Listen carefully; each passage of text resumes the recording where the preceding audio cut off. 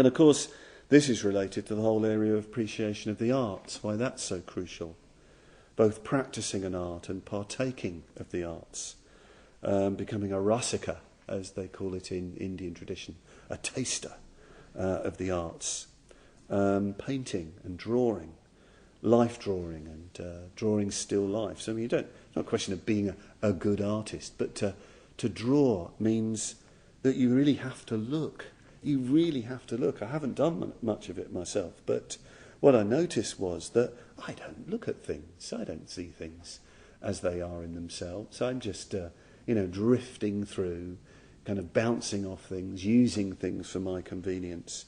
When I started to do a little bit of life drawing I've done, or a little bit of, drawing of a still life, even just a group of chairs, what I started to notice was the crust of ideas between me and the thing in itself, to use that sort of language. And the more I looked, the more I realised, or the more the thing seemed to change, kind of emerged more vivid and alive, and getting a sense of the flow between myself and what I was looking at. I think writing can do this as well. Writing about your experience. One of my main practices on a solitary retreat is writing and solitary walking. Just going off, walking, and my awareness gets more vivid, and I write about it. I try to say how that clump of violets actually looks.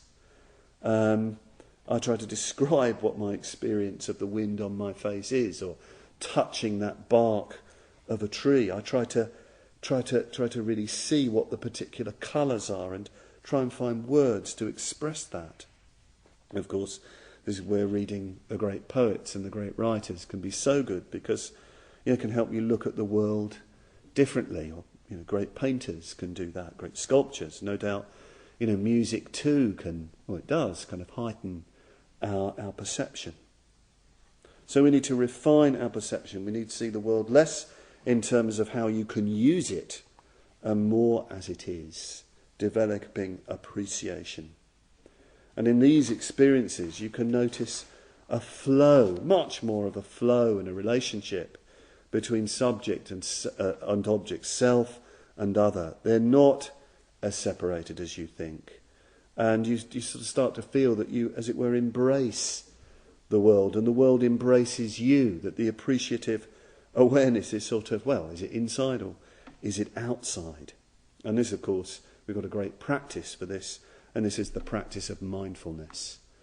Mindfulness isn't, forcing ourselves to think about what we're doing. It's bringing in mindedness, bringing in this warm awareness, pervading all of our experience in all aspects of life, whatever we're doing.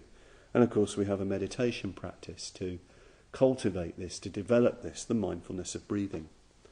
We're trying to cultivate a constant, broad, deep awareness and appreciativeness of everything around us and in us. This is a way to cleanse the doors of perception.